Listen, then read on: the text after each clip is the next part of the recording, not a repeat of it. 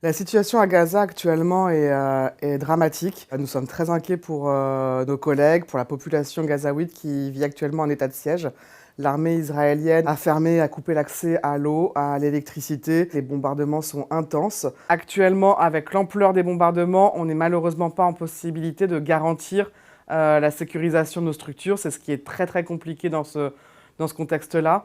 On a eu cette nuit des bombardements proches de nos structures qui ont détruit partiellement et la clinique de Gaza et la maison où habitent nos collègues internationaux. Donc la première chose qu'on a pu faire rapidement, c'est une donation au ministère de la Santé qui fait tourner ces hôpitaux à plein régime.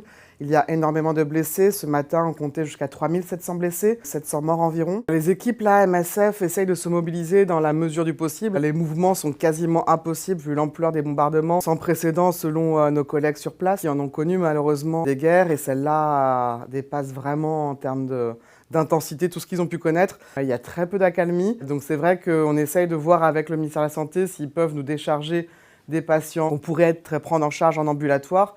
Mais alors pour ça, il faut faire des mouvements, même si c'est 200-300 mètres. Dans ce contexte-là, ces 200-300 mètres deviennent des mouvements risqués. On parle actuellement de quasiment 200 000 personnes déplacées qui se réfugient dans les écoles des Nations Unies.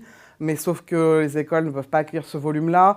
Il y a un manque d'eau, il y a un manque d'accès à la nourriture. Jusqu'à hier, il y avait encore de l'approvisionnement possible via l'Égypte pour rentrer sur le territoire de Gaza. Hier soir, cet espace-là a été bombardé.